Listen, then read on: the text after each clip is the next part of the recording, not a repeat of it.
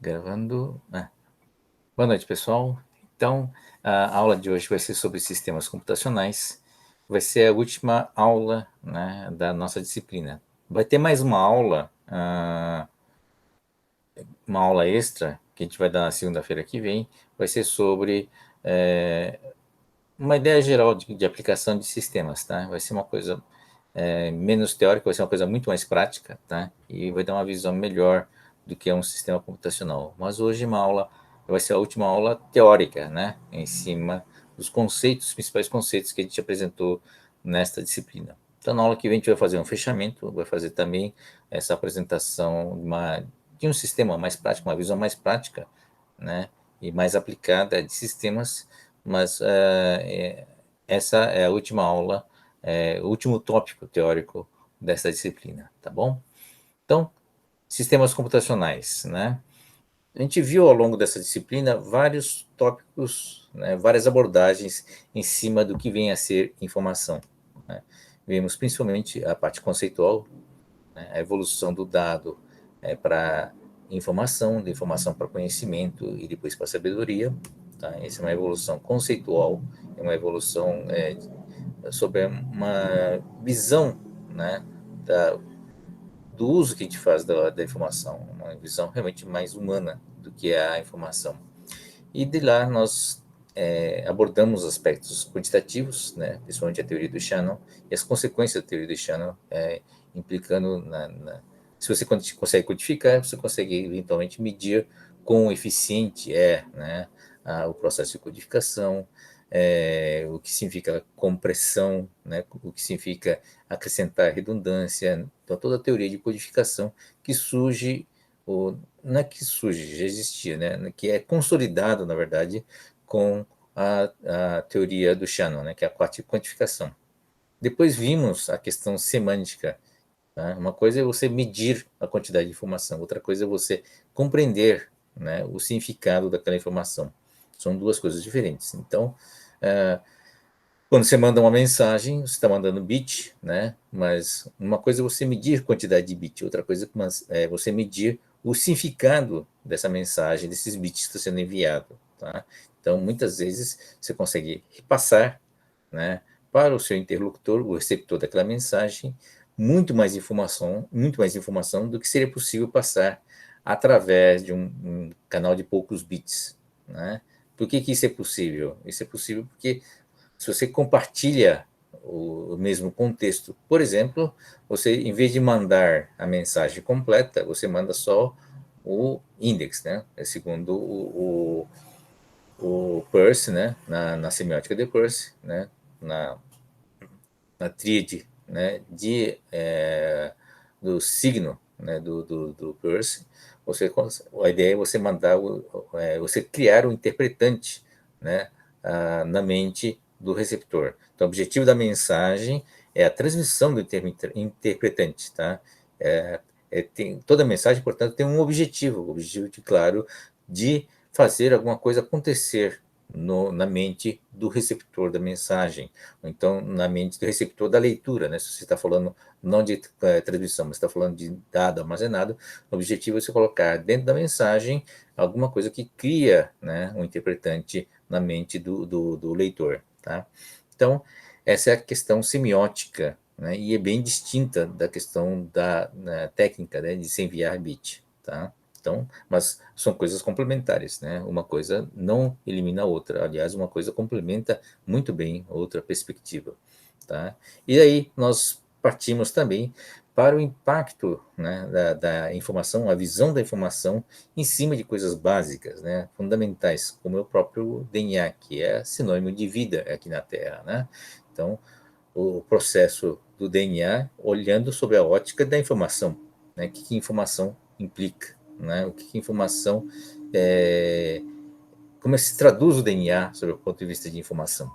A gente começa a perceber que vida é um mecanismo de transmissão de informação, né? De transmissão e processamento da informação. Tá?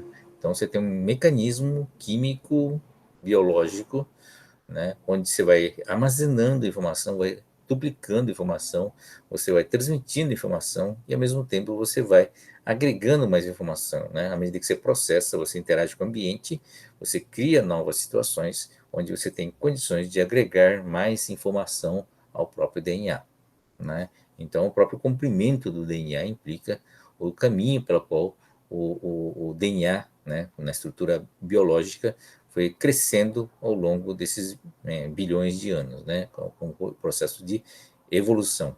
Tá? Então, a discussão fica em cima, tem discussões filosóficas importantes em cima disso, né? Qual é a intenção, né? Qual o propósito do DNA, né? Qual o propósito da vida? No fundo, o propósito da vida se resume no propósito do DNA, né? Em termos elementares, tá? Porque sem o DNA não surgiria toda a vida, né? E aí vem uma discussão meio que filosófica, né? Quer dizer, o que criou a vida, na verdade? Por que a vida surgiu e qual é o seu propósito? Né? Aí você tem uma conexão com a evolução, né? E a discussão do mecanismo da evolução, né? A visão do Darwin, que na verdade foi explicitada pelo Darwin, e que o processo de evolução que faz a seleção natural, a escolha do mais apto, né? E a propagação do mais apto em relação ao ambiente, tá? Vem uma outra discussão muito importante, né? É o DNA que permitiu, né, a criação do processo de evolução, ou se foi a própria evolução que permitiu a criação do mecanismo do DNA?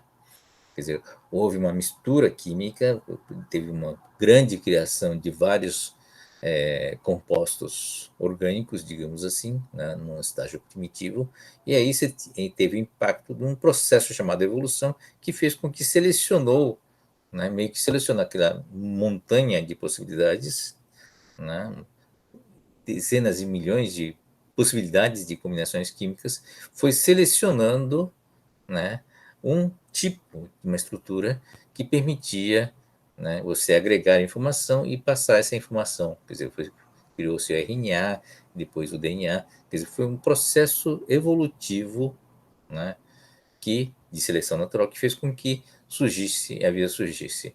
Então, qual das duas vertentes é verdadeira, né? É o DNA que permitiu a evolução ou a evolução que permitiu o DNA? Né? São questões. Mas de onde veio a evolução? Né? A evolução é uma coisa mais abstrata, é um processo, né? Então são discussões mais filosóficas, mas tudo isso, na verdade, independente dessa discussão, né? Você vê o fundo desse processo como um todo, né? Mesmo a evolução, como sendo um processo onde você vai aprimorando a informação, você vê que a palavra-chave é a chave, a camada de cima é a informação, né? Você tem uma estrutura básica e tem a informação. Nós vimos também o efeito da informação em cima do cérebro, né?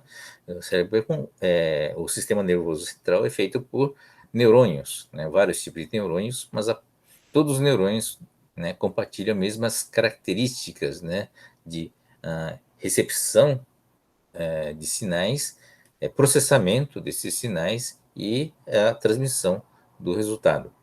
Tá? É um processo de sinapse. Então, esse é o processo comum para todos os neurônios. Então, a partir desse processo comum, você cria um sistema complexo, né, que é capaz de ter, nos níveis mais superiores, como no nosso caso, né, mais evoluído, na verdade, a palavra é melhor,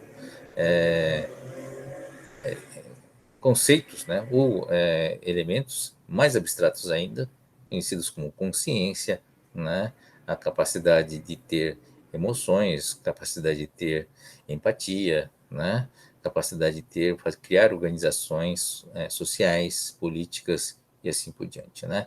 Então, criar ciência, né, desenvolver tecnologia. Então, são todos esses elementos fundamentais, né? Então, estamos trabalhando desde o elemento vida, base, né, vida, até elementos extremamente abstratos, né, envolvendo a mente humana, e tudo isso baseados na informação, né? Então, esse é o nosso objetivo dessa disciplina. O fechamento dessa disciplina é realmente ver como essa informação, que a gente já sabe como ela funciona, quer dizer, decompomos a informação de ponta a ponta, né, em quase todos os domínios possíveis, né, da nossa área de conhecimento. É claro que a gente só deu uma pincelada superficial, viu, gente? Tá? Como, a partir desse conceito da informação, a computação, que é um sistema construído para o ser humano, é um sistema artificial, né, ela usa esse conceito, né, para desenvolver coisas interessantes para nós, seres humanos. Né? Então, a palavra-chave, no caso, é sistema computacional, né? Chamamos de sistemas computacionais, mas como é que a informação, como é que a ideia de sistemas computacionais evoluiu, né? Então, a gente sabe desde o começo, quer dizer, a partir da evolução dessa disciplina, que o bit, né, na disciplina de álgebra booleana, a gente viu que o bit é possível de ser manipulado pelos sistemas computacionais, né? Através de sistemas que consigam chavear, mecanismos artificiais, eu consigo fazer com que ele manipule o bit, que se manipule, né, a informação, tá? O bit como elemento fundamental, elemento básico da informação, a gente consegue manipular, né, tanto usando a lógica booleana, como também a unidade lógica aritmética, né, a parte básica do processamento. A gente conseguiu provar que é possível implementar, desde que haja um chaveamento, né, a gente consegue implementar coisas que realizam a álgebra booleana, que realizam a aritmética básica, né? Tá? Consegue fazer operações aritméticas também. Então, o que vinha a ser um sistema computacional? Vamos tentar definir isso melhor aqui, né, nessa disciplina, né, desculpe, nessa aula de hoje, e tentar, né, ver quais as perspectivas futuras em cima dos sistemas computacionais. O que nós estamos fazendo, né, quais são os principais conceitos por trás desses sistemas computacionais. Tá bom? Esse é o objetivo dessa aula de hoje. Bom, a introdução foi meio longa, mas é que foi incluído também uma síntese da disciplina da natureza de informação, né, que a gente viu até agora, tá bom? Então, vamos em frente. Então, a primeira palavra, né, é sistemas. A gente vê sistemas computacionais. Então, vamos discutir primeiro a palavra sistemas, depois a gente vai discutir o significado da palavra computacional, tá bom? Conceito de sistemas, né? Tá. O que é um sistema? Tá? Então, nós temos, opa, só um instantinho, um sistema, né? Que é o problema da palavra sistema é que tem uma aplicação ampla, né? Vocês viram tudo que é, né, sistema sendo, a palavra sistema sendo usada em muitos lugares, né? Quase tudo é sistema, né? E é tudo é culpa do sistema também, né? Tá? Por que não deu certo hoje? Porque o sistema caiu, né? O sistema não funcionou. Então, o sistema é culpado também de muita coisa. Mas o que vem a ser sistema? É uma palavra realmente muito usada, né? Você tem uma coisa chamada sistema respiratório, sistema viário, sistema administrativo, tudo isso é sistema, né? Ah, por que tudo isso é sistema, né? Com todas tão distintas, o que torna, né, esses elementos todos um sistema, tá? Então, existem alguns elementos comuns, tá? Então, o sistema respiratório, por exemplo, é um conjunto de órgãos e músculos que operam de uma forma conjunta e coordenada, tá? Possibilitando a respiração do ser humano. Isso é muito relevante hoje, na época da pandemia, né? O sistema viário é um conjunto de ruas, pontes, túneis, sinais, semáforos, né? Veículos, pedestres, tem outras coisas também, né? Construídos e organizados de forma a possibilitar o deslocamento de pessoas e cargas, tá?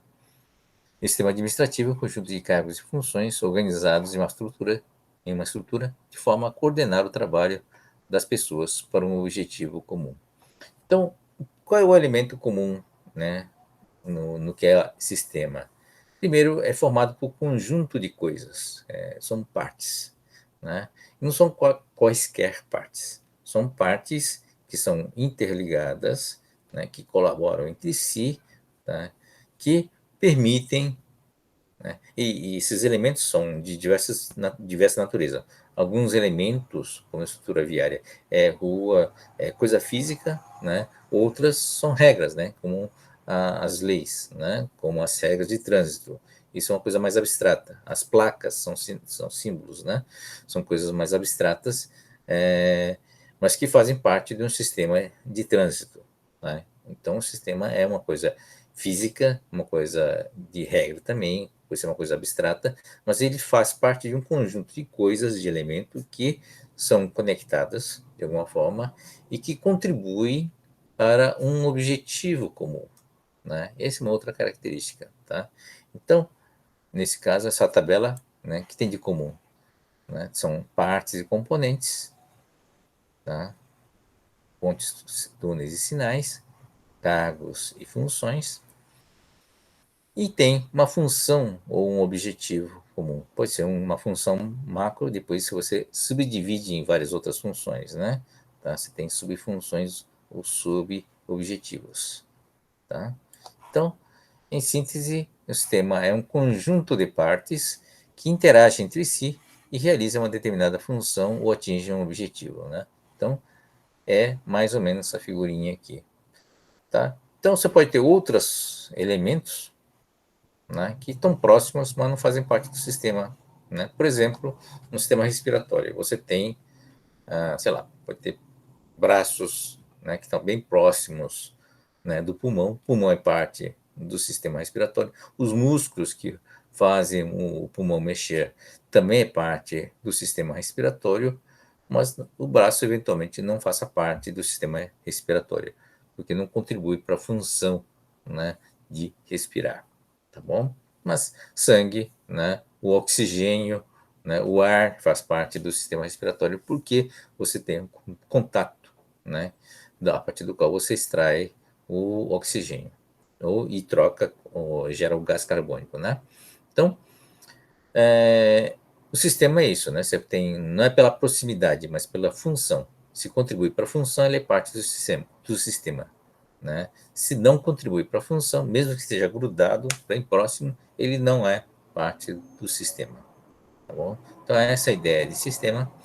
São partes, é importante que haja uma interação, não é um sistema, não é um elemento, portanto, um elemento isolado que não contribui nem interage com os demais elementos, não faz parte do sistema, né? E realiza uma função, quer dizer, o elemento, ele é dentro ou não da função de acordo com o papel dele na função, né, ou no objetivo que está sendo, que está fazendo parte do sistema, tá? Então, o fato de você ter partes que fazem parte do sistema e outras que não fazem parte do sistema faz com que você crie uma fronteira, tá?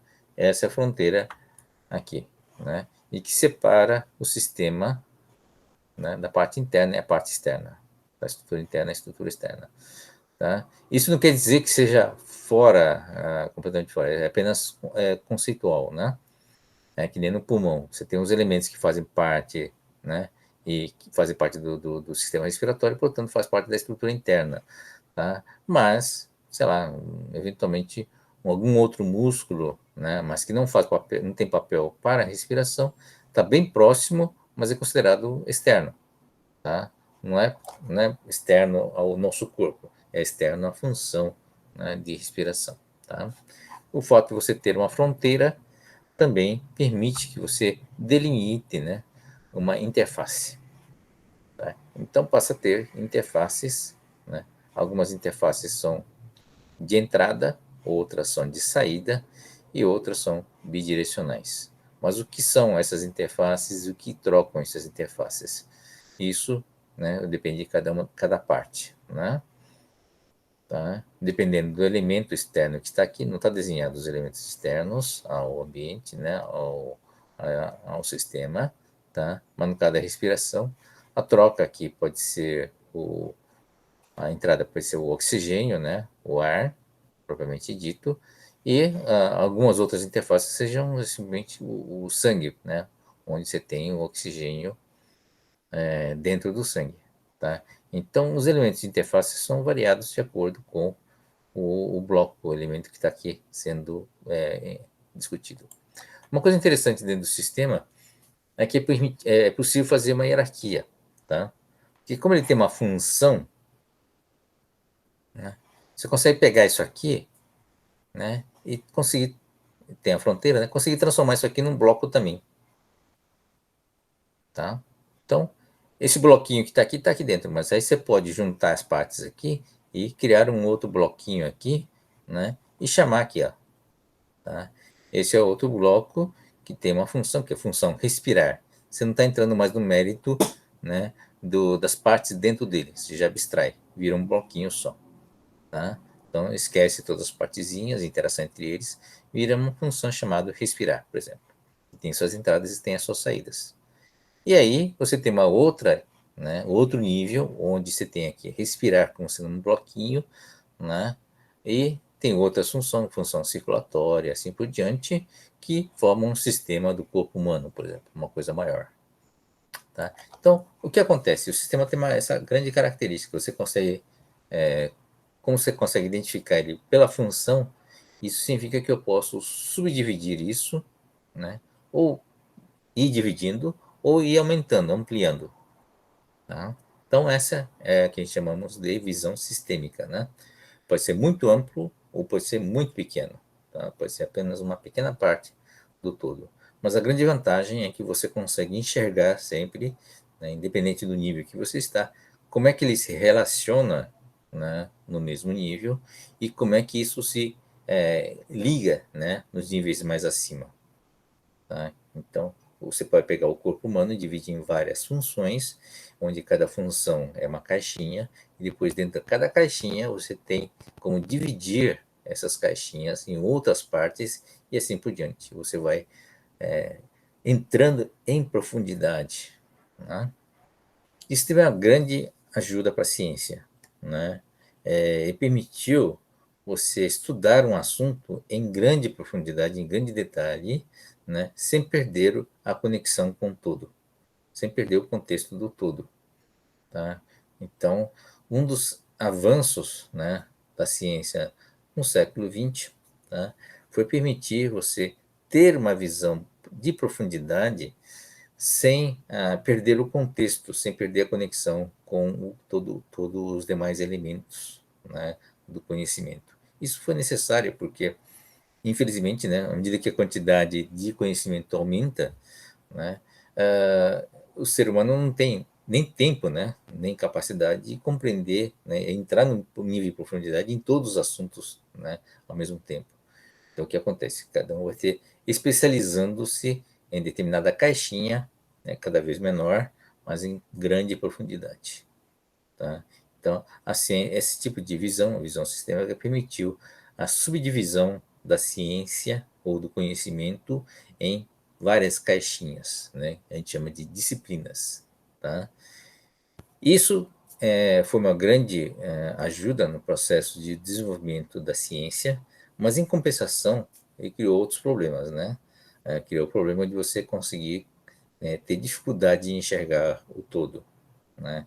Porque à medida que você vai avançando na profundidade, mesmo essas fronteiras começa a haver um vazamento, na verdade, né? Você começa a perceber no nível lá embaixo que as coisas se relacionam com outros, né? Nos níveis que está descrito no nível mais acima, mas você não consegue ver também, né?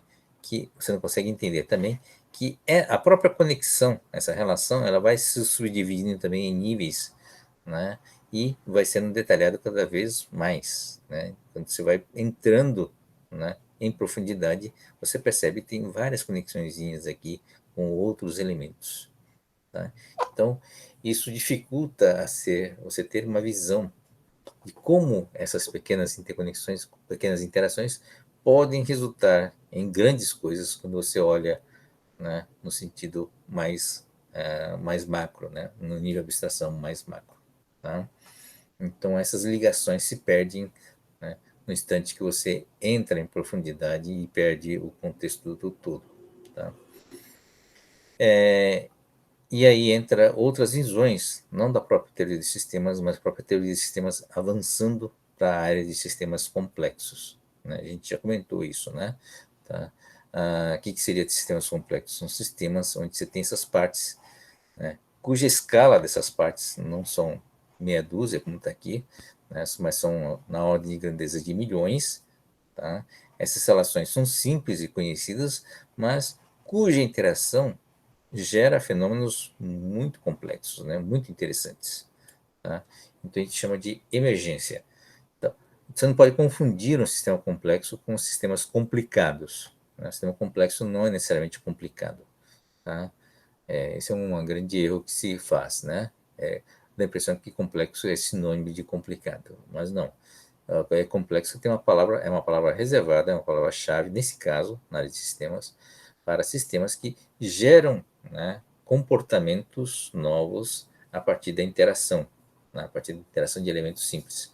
Então, você não consegue explicar, né, como as coisas surgem, né, mas eventualmente por falta de estudo, talvez, né, mas no fundo é para a interação de elementos, através de regras relativamente simples, você consegue gerar grandes resultados. Tá?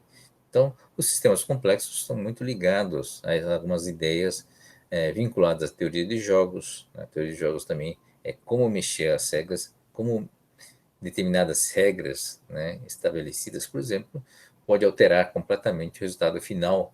Né? É muito ligado à teoria do caos também, esse tipo de visão. Tá? Então, ah, tudo isso é uma base de teorias, tá?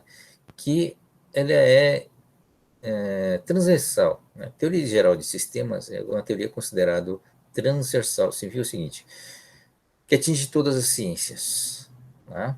Ele atinge uniformemente todas as ciências, vincula-se a todas as ciências e orienta todas as ciências. Ele é uma ciência, um conhecimento transdisciplinar. Né? Então, surge essas ideias, por exemplo, que várias áreas de conhecimento é interdisciplinar. Né?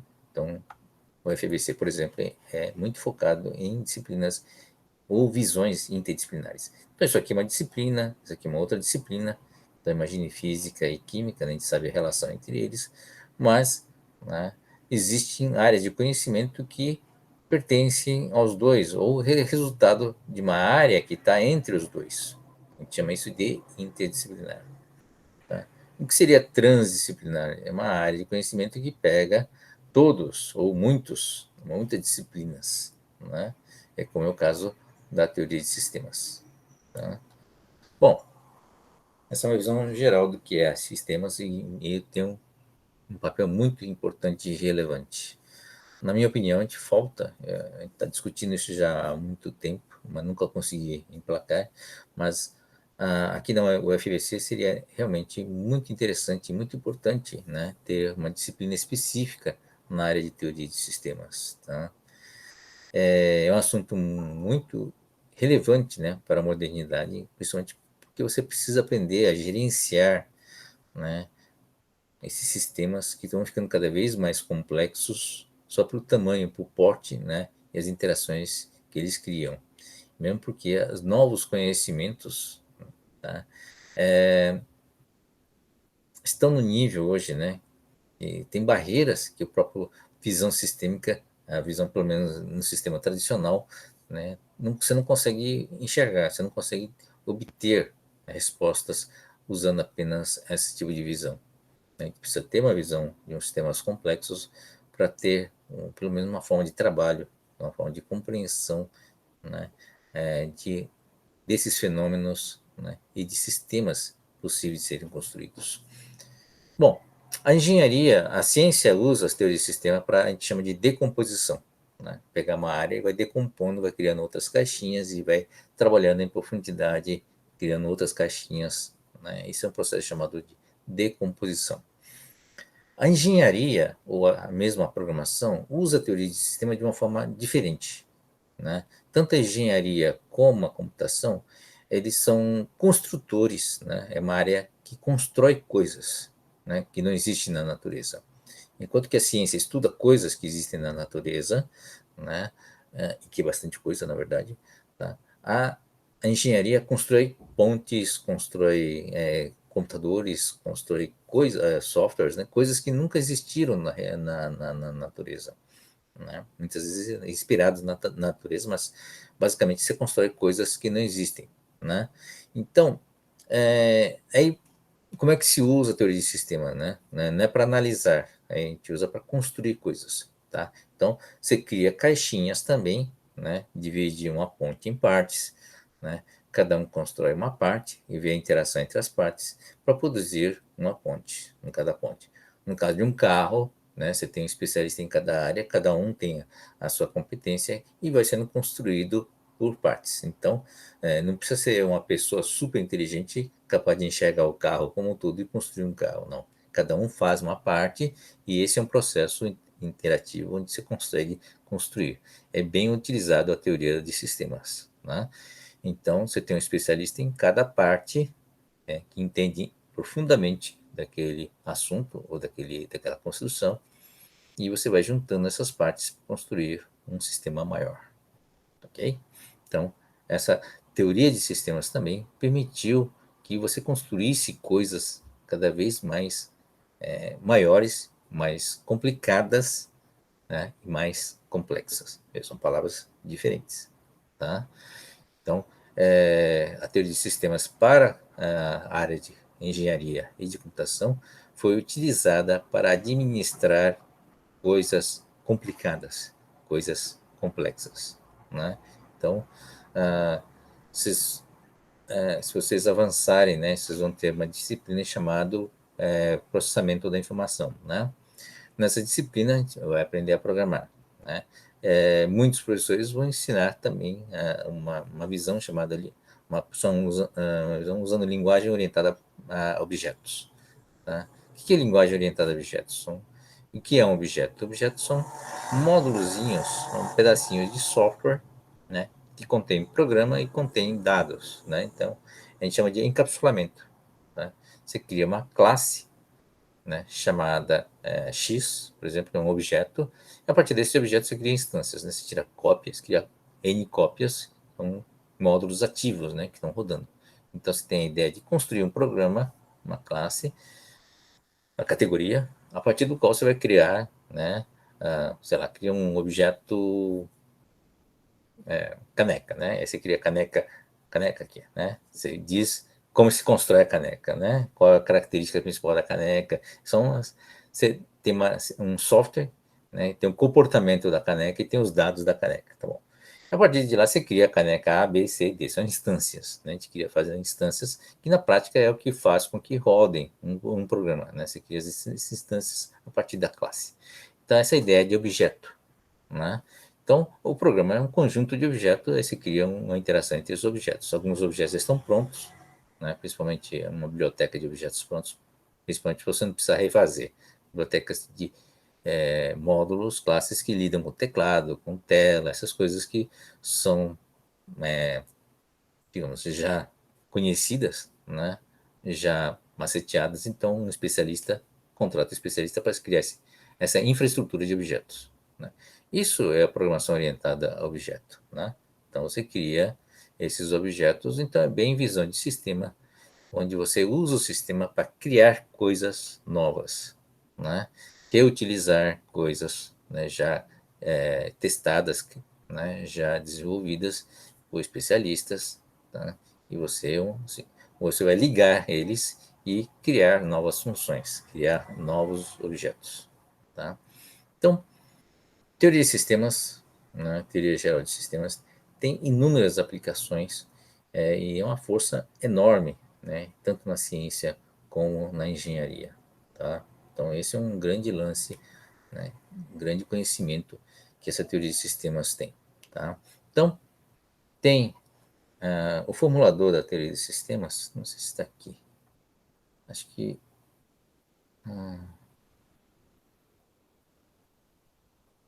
acho que não está aqui. Estou falando muito, mas o criador da teoria de sistemas foi na década de 40, tá? Talvez até mais, não, é mais cedo, né? Foi um sujeito chamado von Bertalanffy, tá? Ah, vocês não vão acertar, né? Mas vai ser difícil adivinhar qual é a área dele, né? No fundo, quem que era o von Bertalanffy e por que que teve a ideia de criar essa teoria de sistemas, tá? Ele não era matemático nem da área da computação, não tinha nada a ver, inclusive, nem com exatas, né? Ele era um biólogo, tá? Então, ele elaborou essa teoria porque ele é biólogo, né, do começo do século passado e fazia o que todo um biólogo faz naquela época, né? Pegava e dissecava, por exemplo, um pássaro, né? E coletava os dados sobre os animais, né? E aí ele começou a reparar, né, como o próprio Darwin já tinha reparado, que muito das características, né, dos bichos, né, ou dos animais que ele registrava e colhia e registrava, não adiantava pegar só os dados do próprio o bicho em si, do animal em si, né, da espécie em si. Por quê? Ele era completamente dependente, né, do contexto onde esse animal vivia. Então, a, não só a característica física, né, tamanho do bico, o tamanho da asa, né, mas a própria alimentação que ele tinha, o comportamento dele, né, no ambiente, era tudo dependente, era tudo interligado. Né? Então, ah, claro que o alimento disponível mudava, claro, o comportamento dele na busca do alimento. Ah, o, os predadores que ele tinha faziam com que ele mudasse também o comportamento, né, do cada animal. Então, ficava meio que sem sentido você só estudar um aspecto sem analisar o todo. Tá? E aí ele teve a ideia de criar, né, essa ideia de teoria de sistemas, onde você tem essa interação entre os elementos que gera, né, ele está num contexto onde tem todos os demais elementos interagindo entre si. Então ele é resultado, né, de um elemento sistêmico, né, e o sistema tem um comportamento, na verdade, né, ele tem que estar de acordo, todos os elementos dentro daquele sistema têm que estar sincronizados, né, tem que estar em harmonia para aquilo funcionar. Tá? E aí veio o próprio conceito de ecologia a partir da teoria de sistemas que ele elaborou. Né? O habitat, quer dizer, o habitat antes era simplesmente um elemento onde o objeto, né, de estudo, o espécime, habitava, mas ele passa a entender, né, o habitat como apenas um dos elementos desses sistemas interligados. Tá? Então, é um cara que é uma pessoa que, inclusive, né, acabou conceituando melhor, né, de uma forma mais teórica, né, a ideia da ecologia. Tá bom? Então, esse é o von Bertalanffy. E a partir daqui a gente vê, né, alguns exemplos. O sistema da UFABC, né, é formado por esses elementos, né, essas funções, né, tem essas saídas também. Tá? O objetivo é a aquisição do conhecimento. Bom, será? Não é só isso, né? Então, características do sistema: realiza uma determinada função, interage com o ambiente externo através de interfaces e tem uma estrutura interna formada por partes e interações. Então, é isso. Né? Então, partes, interações. Definição de ambiente externo, né? Que ambiente externo depende realmente da definição da função. Enfim, é isso. A função que determina a fronteira, né, dos elementos que compõem ele, e isso amarra, né, o que vem a ser o ambiente externo. É isso. As partes do sistema. Então, você tem a soma de interação com o ambiente externo, e aqui temos definições importantes, né? Uma função reativa, né, é quando você tem mais entrada, e a saída é puramente reativa, né? Ele reage de acordo com as entradas, tá? Não é necessariamente uma função de transferência, como a gente está acostumado a ver em matemática, né? É uma função onde você pode ter, é que nem um neurônio, né? Você tem várias entradas, a função de saída vai depender da combinação de entrada e também depende da memória, né? Do que aconteceu antes, tá? Mas em todo caso é uma função reativa, ele reage à entrada. Uma função realimentada é isso aqui, né? Tá? Ele vai ajustar a saída em função, né, do que aconteceu, né, do que acontece na entrada. Uma função, uma interação com o ambiente, né, uma interação interativa, você tem, né, uma interação normalmente com objetos ou com elementos de outros sistemas, igualmente interativos, né? Então, o resultado é um processo iterativo, né? Então, se você olha o todo e de repente é interessante observar como essas coisas, como a relação evolui, né? Através dessa interação. Então, alguns tipos de sistemas, é só um exemplo, né? A gente não vai, como não é uma disciplina de sistemas, a gente não tem tempo, né, para abordar aqui, né? Você tem várias classificações. O que é um sistema simples e complexo? Isso aqui já discutimos bastante, né? A forma de acoplamento entre os elementos, entre as partes, determina basicamente o que é simples e complexo. Os sistemas complexos normalmente têm algumas propriedades que precisa acontecer, né? Não é simplesmente juntar um monte de partes e juntá-los interagindo entre si para torná-lo complexo, tá? Ah, e tem algumas coisas que precisam ter, algumas propriedades importantes que precisam ter. Primeiro, talvez seja mais interessante, é que todo sistema complexo gera um comportamento, né, coletivo, gera um comportamento que emerge, né, dessa interação. Tá? O mais clássico é a inteligência social, né? Ele emerge da interação. Né? São fenômenos que surgem a partir da interação entre as pessoas, ou entre os elementos, desculpem. Tá? Então, essa é uma característica de sistemas complexos. Tá? A capacidade de adaptação, capacidade de interagir com o ambiente, a capacidade de evoluir, tudo isso também está associado a sistemas complexos, como característica do sistema complexo. Sistema aberto e sistema fechado, né? Qual a diferença entre eles? Um sistema fechado é quando você tem as partes, né, bem determinadas e não há troca de partes, tá? Então, o sistema aberto é quando as partes que compõem o sistema entram e saem do sistema, tá? O ser humano é tipicamente parte de elementos de sistemas, né, abertos. Então, você tem uma classe, que é um sistema, né, tem professores, tem uns alunos, e essa mesma pessoa pode, né, sair e entrar em outros sistemas, né? Pode entrar na disciplina ou sair da disciplina, tá? Então, é um sistema aberto, tá? Você tem sistemas onde você tem, de acordo com a demanda, por exemplo, ter uma quantidade de gente X ou Y de acordo com a necessidade. Então, são tipicamente sistemas abertos. Dinâmico estável, né, tem a ver com a capacidade de mudança, né, das características do sistema, né, com o tempo, né, de acordo com a demanda. Adaptativo e não adaptativo, né, isso em relação ao ambiente, você se alterar o objetivo, alterar seus componentes, né, em função das alterações do ambiente. Isso vai se adaptando ao ambiente onde ele está inserido. E permanente ou temporário, né? Você tem sistemas que surgem, né, por necessidade e depois a necessidade acaba e desaparece, né? Ou permanente, né? Às vezes são objetivos mais permanentes, ele fica lá funcionando, inclusive às vezes estão com o sistema fechado, tá bom? Então, essas são classificações dos principais tipos de sistemas. E aí, gente, dúvidas? Muita coisa já provavelmente vocês já tinham conhecimento, né? Que a palavra sistema é muito utilizada, tá? Mas talvez não de uma forma tão formal, né? Se bem que não é suficientemente formal ainda, tá? Tudo bem? Dúvidas?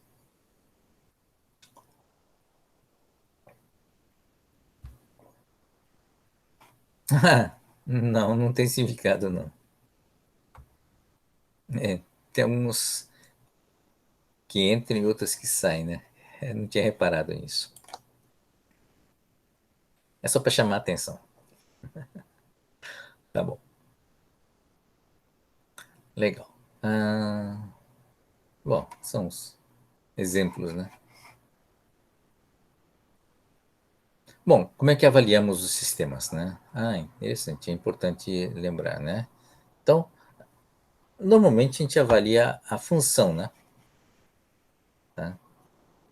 Você tem uma, se você pegou os elementos, montou um sistema, ou então você está analisando o sistema, né? Sei lá, as partes. Como é que a gente avalia esse sistema? No fundo, avaliamos sob a ótica daquilo que ele faz. né, em função daquilo que ele faz, tá certo?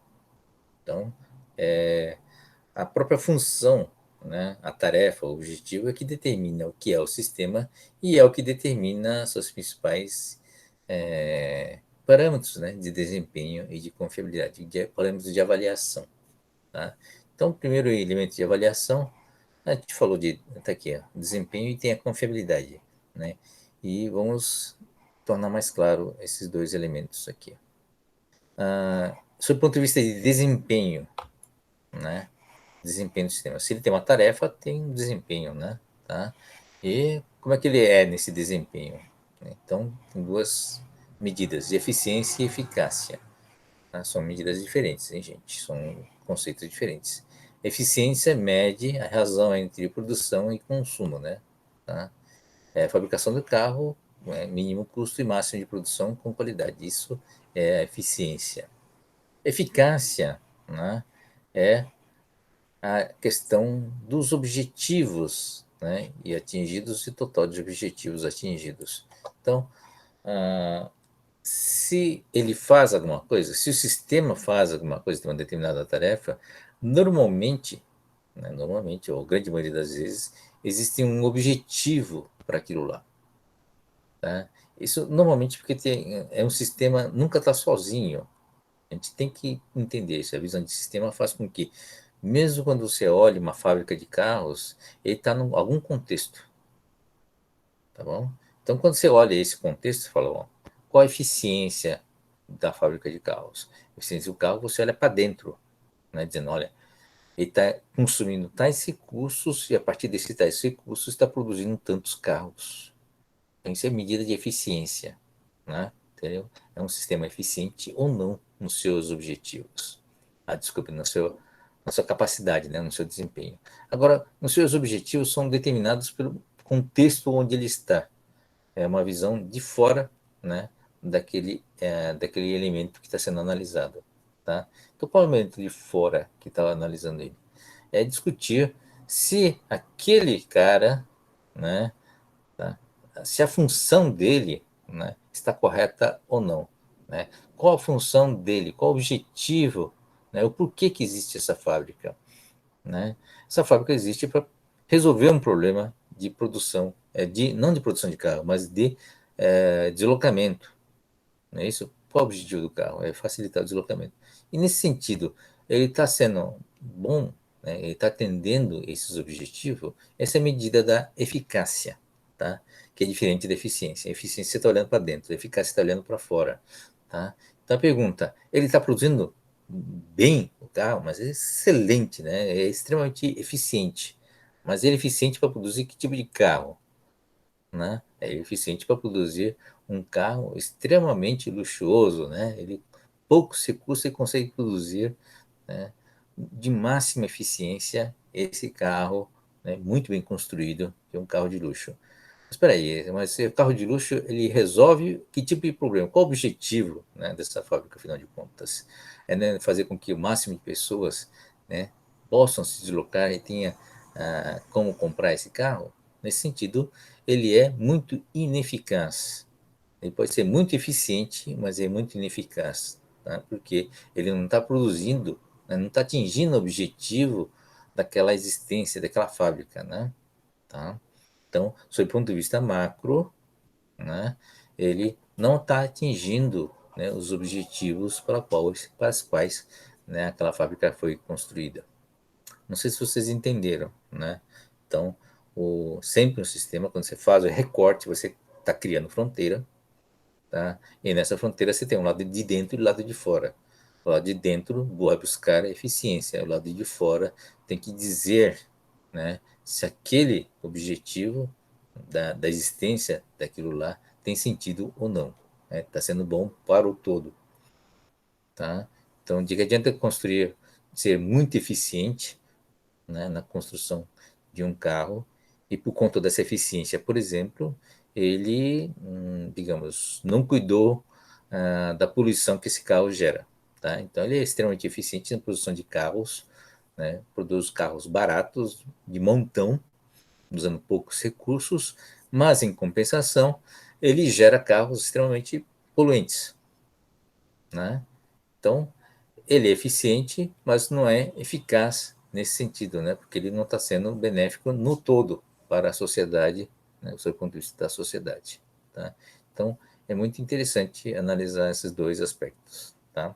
Sempre vai ter, né? São dois parâmetros muito importantes, porque nenhum sistema, quando você define o sistema, instantaneamente você cria o lado de dentro e o lado de fora. Então, tem a visão de dentro e tem sempre a visão de fora, tá bom? Então, esse é o desempenho de sistemas. Capacidade, né? A medida do capacidade tá dentro dessas características, tá? Então, é eficiente, mas para aquela quantidade de produção, né? Tá? Você tem que olhar a capacidade como um outro parâmetro dentro, né, do desempenho do sistema, tá? Então, ele pode ter um bom comportamento, ele é eficaz, né, sobre determinada carga, mas se torna ineficaz quando a carga aumenta ou quando a carga diminui também, né? Tá? Quando você tem pouca necessidade de produzir, ele se torna extremamente ocioso, digamos assim, né? Aí você tem um problema de perda de eficiência. Tempo de resposta é uma outra característica de desempenho muito importante, né? É quanto tempo ele leva para responder uma alteração, né? Então você tem uma entrada aqui, né? E tem uma saída, tá certo? Então, quanto tempo ele leva, né?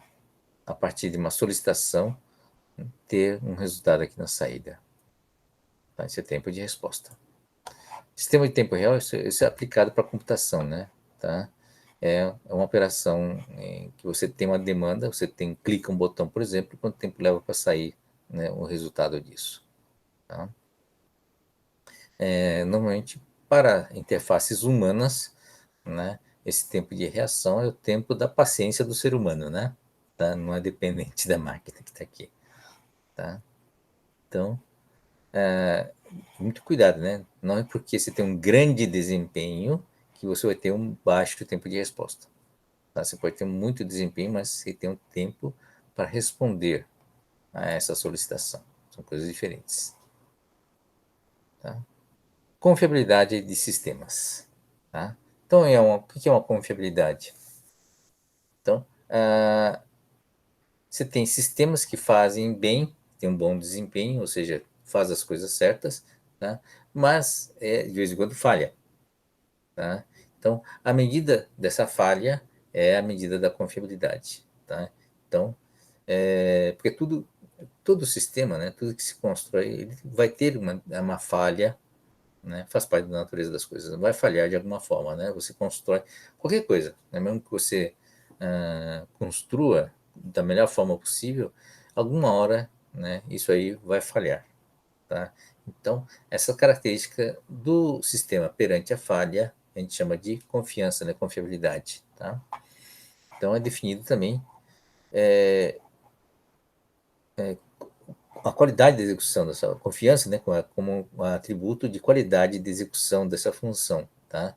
De tal forma que você possa confiar, né, justificativamente, de uma forma justificada, né, no funcionamento, na qualidade da sua saída. A função executada por um sistema é o comportamento do sistema tal qual foi percebido pelo seu usuário, tá? Então, e também precisa deixar claro qual é a função, tá? Você tem que definir muito bem qual é a função para poder caracterizar se está funcionando ou se está em falha, tá? Então, a falha é uma manifestação de um erro na função executada pelo sistema, né? Que é diferente de um defeito, tá? Você pode ter algum defeito no sistema, mas está lá, é uma das partes, por exemplo, né, do sistema, tem várias partes, um deles está com defeito. Mas se aquele defeito não refletir na saída, né, ele não gera falha, não é uma falha do sistema. Dá para entender? Essa diferença é importante, tá? Então, muitas vezes, você tem um sistema defeituoso, né? Mas se esse defeito não se manifestar, né, ele não constitui uma falha, tá bom? Isso é importante, tá? Então, mas normalmente todas as falhas costumam ser decorrentes de defeitos. Tá? Há um defeito, há um erro latente, tá? E que de repente a partir do acúmulo ou a partir de condições de estresse ou condições de entrada anormais, ou então o próprio tempo, né? Então, tem um defeito latente que acaba gerando uma falha com o tempo, tá? Então, a manifestação, sob o ponto de vista macro, né, de quem está olhando de fora, a manifestação desse erro é que a gente chama de falha.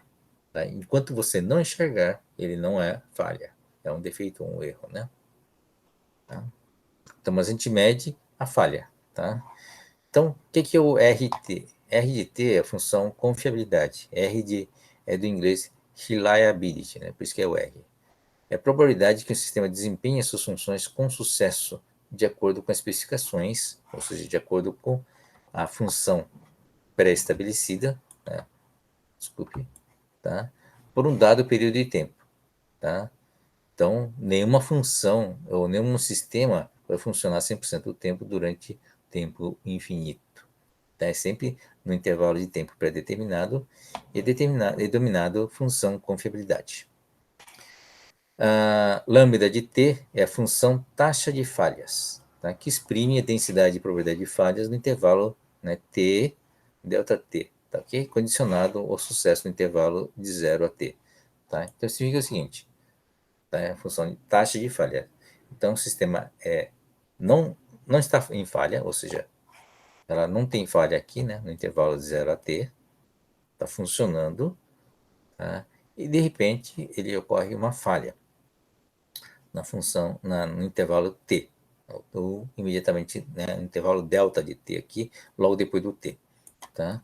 Então, é um sistema que está funcionando e de repente falhou. Tá bom? Então, essa taxa de falhas. Taxa de falhas é um parâmetro, né, no tempo. Você tem um parâmetro que é determinado pelo tempo. Dado um tempo infinito, né, esse sistema sempre vai falhar. Tá? A de t é uma função disponibilidade, né? Em inglês é availability, tá? Portanto, tem um A. É a probabilidade que o sistema desempenhe suas funções com sucesso de acordo com as especificações durante todo o período de operação. Tá? É parecido com o RT, mas qual a diferença entre o RT e o ADT? RT, né, é a probabilidade de sucesso no intervalo fixo de tempo. Então, dado o intervalo fixo, qual é a probabilidade desse sistema sobreviver ou de falhar? Tá? A de T é dado um período de operação indefinido, tá? Com a probabilidade dele funcionar. Tá? É uma medida de tempo estável, né? Dado um tempo estável, qual a probabilidade dele continuar funcionando? É válido principalmente para aqueles serviços que você não determina o tempo, né? Então, a gente fala em comportamento ao longo de tempo indeterminado, tá? Então, se todo o sistema vai falhar, dado um tempo infinito, como é que o sistema com disponibilidade funciona? Então, a disponibilidade vale para sistemas que conseguem recuperar-se da falha, tá? Ou seja, sistemas que têm manutenção. Tá? Então, dado um tempo, né? Então, você tem como calcular o tempo médio onde esse sistema está operando. Tá? Então, ele está funcionando, falha, né? Então, baixa confiabilidade faz com que ele falhe, mas mesmo que ele falhe, você consegue reparar, então você tem um reparo, ele continua funcionando. Tá certo? Ele volta a funcionar. A disponibilidade vai medir a razão entre falha e reparo. Tá bom? Essa é a ideia da disponibilidade. E, claro, para ajudar a disponibilidade, nós temos a função MIDT, que é taxa de reparos. Tá? Então, em resumo, o que é confiabilidade? É tudo focado em cima das falhas. Né? Então, a visão de sistema, tá? Visão do todo, não importa quais são os componentes. Você pode ter componentes que têm baixa confiabilidade, mas dependendo como você monta, você consegue fazer um sistema altamente confiável. Tá? É só colocar redundância, digamos, né? Essa é a clássica, né? Então você põe vários caras redundantes, mesmo que falhe um, o sistema continua funcionando. Tá? Então, enquanto esse cara é reparado, o sistema também, como não apresenta comportamento para fora, Tá? Então, ocorre, lembra do conceito? Ocorre a falha dentro do sistema, mas se ele não se manifesta externamente, não é falha, né? Então, ele consegue lidar com essa falha, com esse defeito, com esse problema, até se repara sozinho e aí ele continua funcionando, tá? Aí você tem como medir, então, a confiabilidade do sistema, sob o ponto de vista da falha, né? Ou para dentro ou para fora, né? E a medida da disponibilidade se tem reparo, tá? É a disponibilidade. Se você não tem reparo, não tem disponibilidade, né? Porque uma vez que vai falhando, você alguma hora falha tudo, né? Tá bom? Isso você não repara, né? Então, graficamente, esse tipo de comportamento, tá? Então, nós temos o RT, que normalmente é uma função exponencial, porque é uma curva de probabilidade, viu? Então, ele começa com 1, quer dizer, o sistema funcionando, e a probabilidade, né, é acumulada que está aqui, você vai acumulando as probabilidades e vai caindo, né, a chance. Essa aqui é basicamente o reflexo da taxa de falhas. Está aqui, ó, exponencial menos lambda de t, quer dizer, lambda é a taxa de falhas. Tá? A taxa de falhas aqui é constante, tá? O lambda aqui é uma constante, é fixo, né? A variável aqui é o t. Tá? Então, ao longo do t, ele vai acumulando a probabilidade de falha. Chega uma hora que, né, é quase certo que ele vai falhar. Tá? Então, essa é a função confiabilidade. Ele mede só a falha, a resistência do sistema até falhar. Sistemas bem confiáveis significa que vai levar mais tempo para falhar. Tá? Mas não quer dizer que não vai falhar. Tá? E o que é disponibilidade? Né? Disponibilidade é essa curva que está aqui. Tá? Então, esse é o tempo médio para falha, né? MTTF, tempo médio para falhar. Tá? E aí, você tem essa probabilidade aqui, tempo médio de falha, para disponibilidade, até falhar. Uma vez falhando, você tem o tempo, né?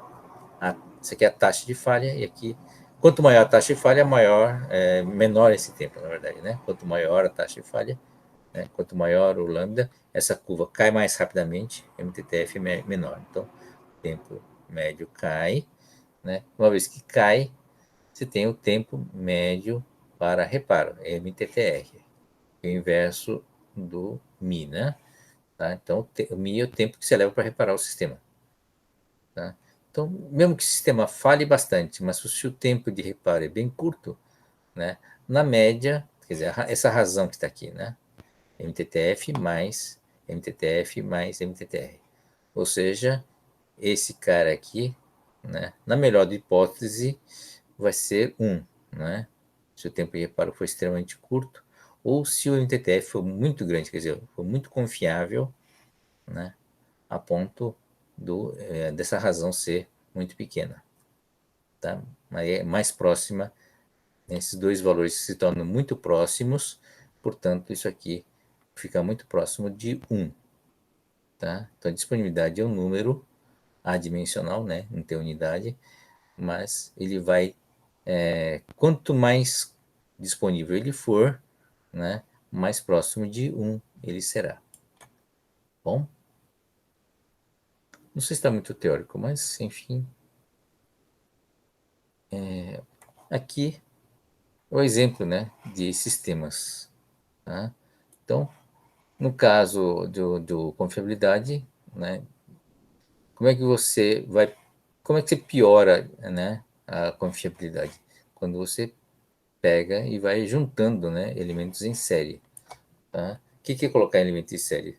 Basta que um deles fale para que o sistema como um todo fale, né? Tá? Então, quanto mais elementos em série de baixa confiabilidade você tiver, né, pior será o sistema.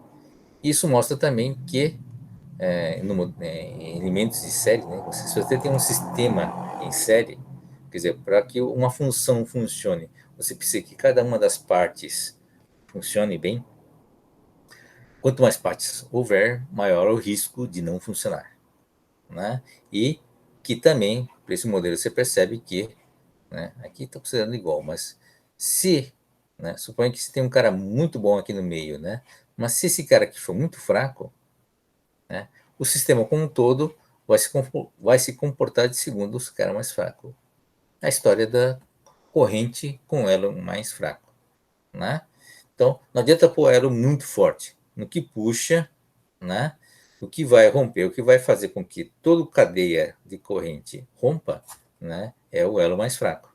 Vale a mesma coisa aqui com confiabilidade, né? Tá? Não adianta fazer um sistema que hoje 90% dele é muito confiável. Se você tem 10% não confiável na cadeia, no modelo série, tá? O sistema como um todo, o número do sistema como um todo vai ser sempre esse número, né, do elo mais fraco. Bom, esse é o modelo série. Agora, para evitar isso, você pode usar o modelo paralelo. Tá? O que é paralelo? É redundância. Tá? Você tem vários elementos redundantes. Tá? Então, ele funciona mesmo que tenha apenas um deles funcionando. Tá? Então, essa é a grande vantagem. Né? Você põe redundância, mas aqui é um caro. Né? Tá? Você põe 3 ou 4 elementos redundantes. Para que o sistema caia, é preciso que todos caiam. Né? Enquanto tiver um sobrevivendo, você ainda tem o sistema funcionando. Tá? Então, esse é o modelo paralelo e é uma forma prática, né, que o pessoal adota para aumentar a confiabilidade. Tá?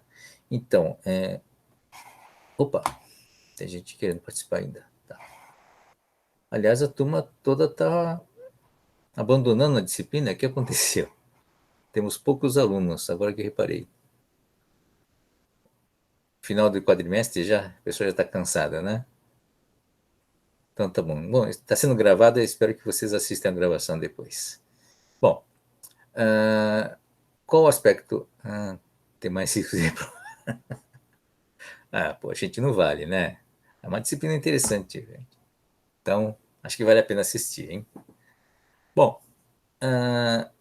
qual a aplicação prática desse modelo paralelo, né? Exemplo prático é por exemplo, os sistemas que não conseguem ser reparados, como um satélite, né? Você manda um satélite para o espaço, ele não consegue, você não consegue mandar uma turma de reparo lá, né? Manutenção, se alguma coisa pifar. Então, sistemas com satélite, coisas críticas, ele põe em paralelo. Você tem redundância lá. Então, normalmente, você tem coisas operando em paralelo, né? O ônibus espacial Discovery, por exemplo, você tinha 5 computadores em paralelo, 5 redundantes, tá? Então, eles faziam umas coisas interessantes também, faziam votação, né? Então, o problema do processador não é só você ter computador funcionando, né? A questão de ter 5 computadores funcionando. É importante que eles gerem resultados, né? Contas corretas, né? Tá?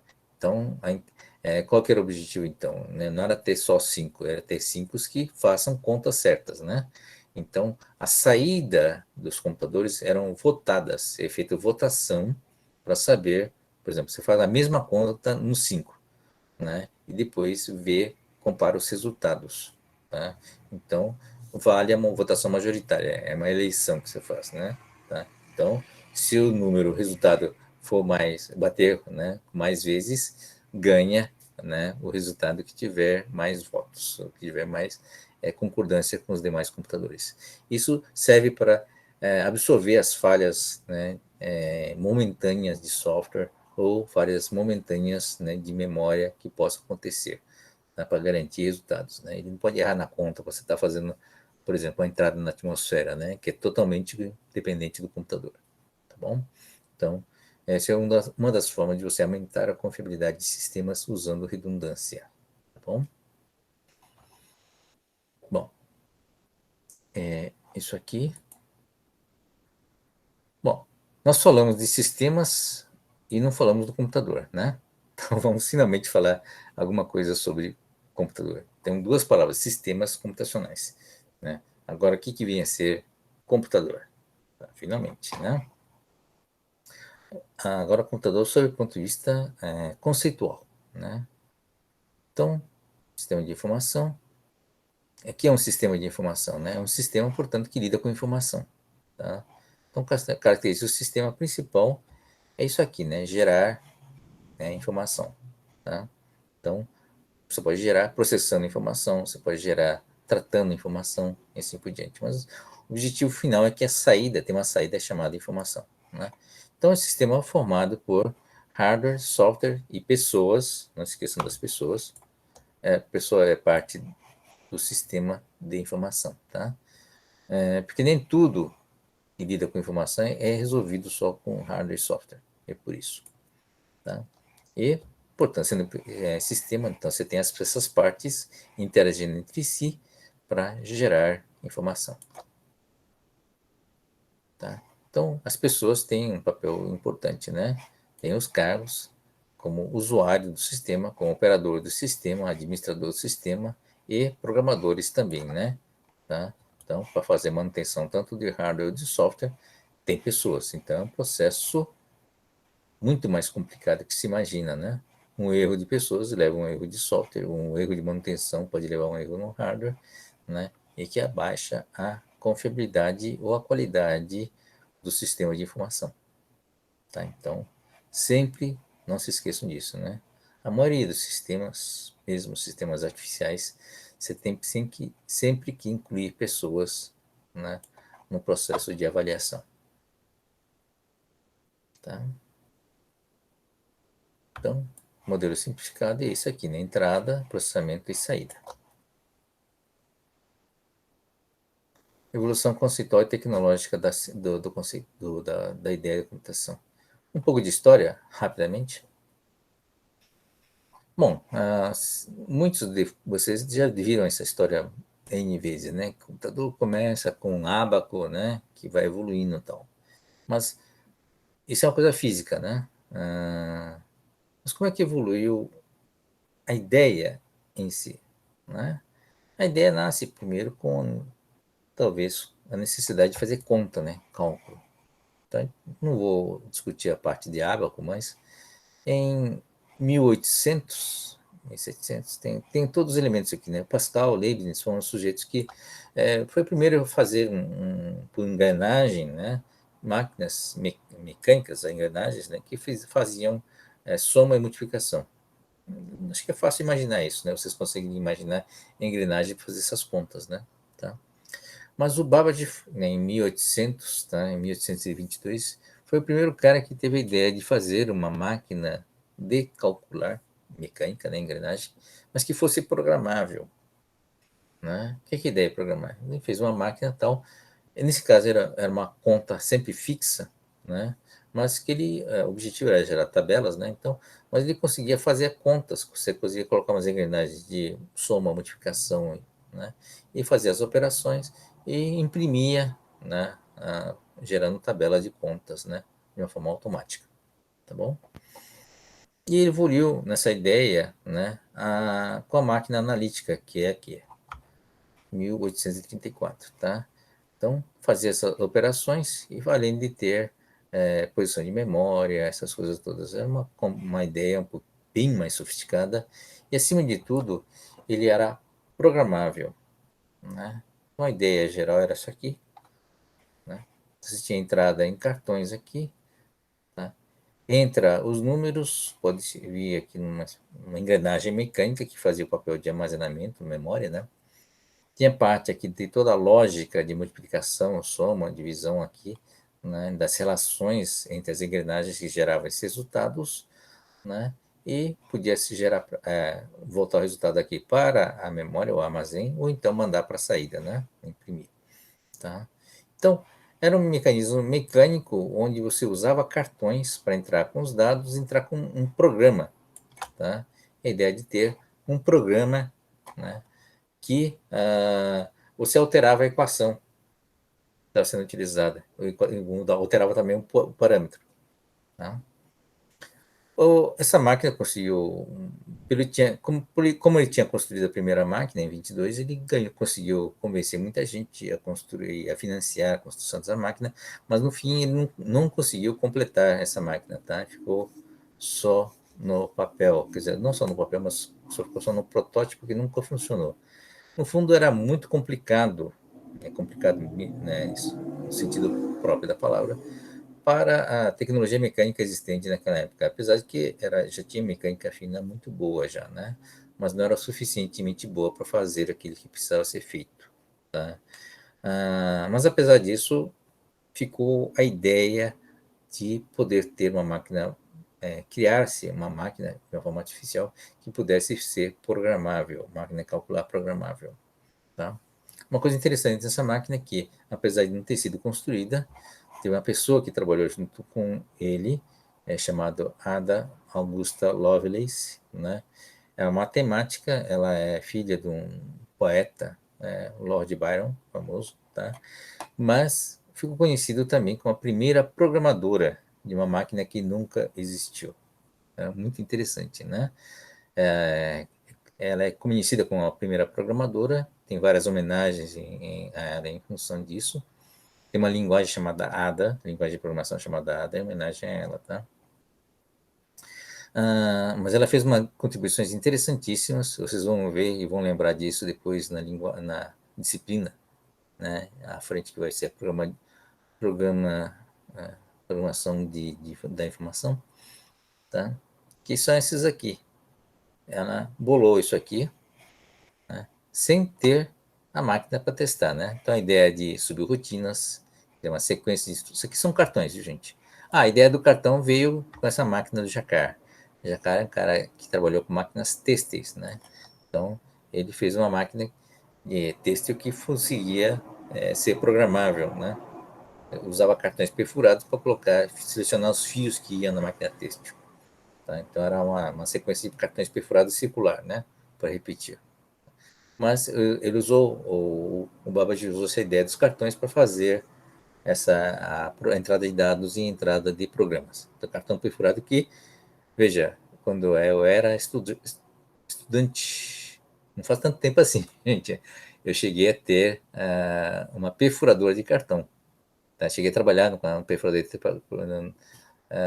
Minha aula, né, minha disciplina de programação era realmente perfurar cartão para colocar numa máquina que lia cartão perfurado.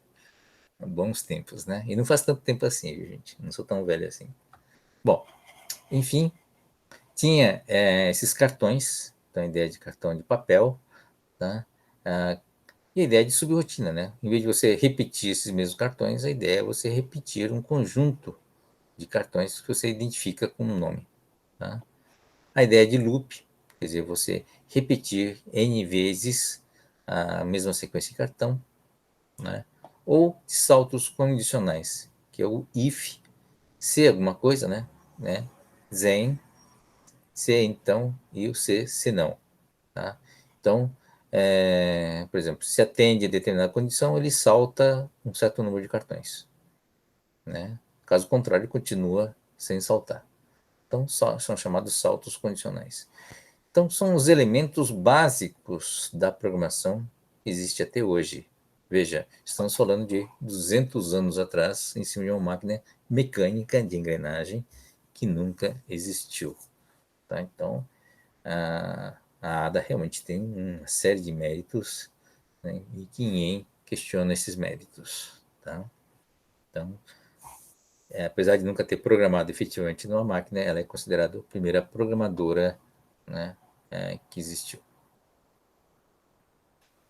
Bom, esse é o sentido, essa ideia, né, é de máquina de calcular programável. Qual que é a outra ideia que surgiu? É a máquina, né, que foi criada por Olerite. Já ouviram falar de Olerite? O pessoal que faz estágio sabe o que significa Olerite, né?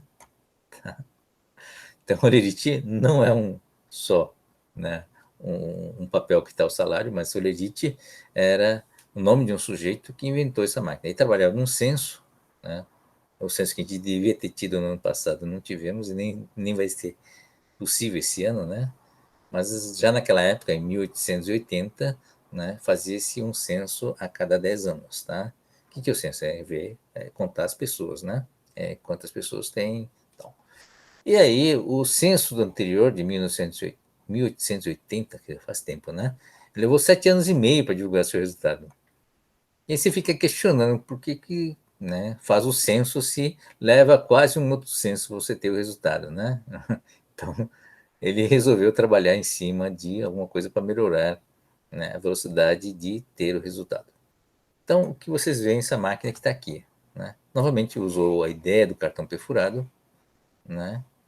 E aqui é um exemplo, né, simples. Você tem um cartão, por exemplo, imagine 10 colunas. né? E para cada coluna você tem 4 possibilidades, A, B, C ou D. Então imagine o seguinte, a primeira é uma questão, são 10 questões. Primeira questão, qual a idade da pessoa, né? Qual a idade da pessoa? Depois, vamos supor que os dois seja qual seria a escolaridade. A idade se divide em 3 faixas, não, desculpa, em 4 faixas.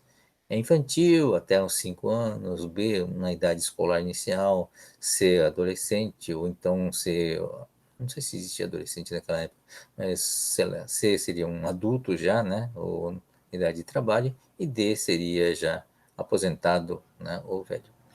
Tá bom? Você põe esses 4.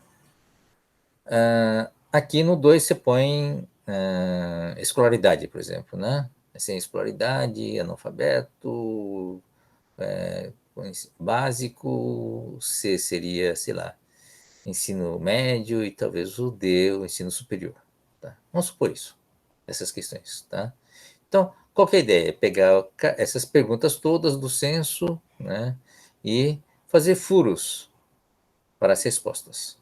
Aí joga nessa máquina que está aqui. Não sei se dá para perceber essa máquina aqui. Talvez dando um zoom. Será que funciona o zoom?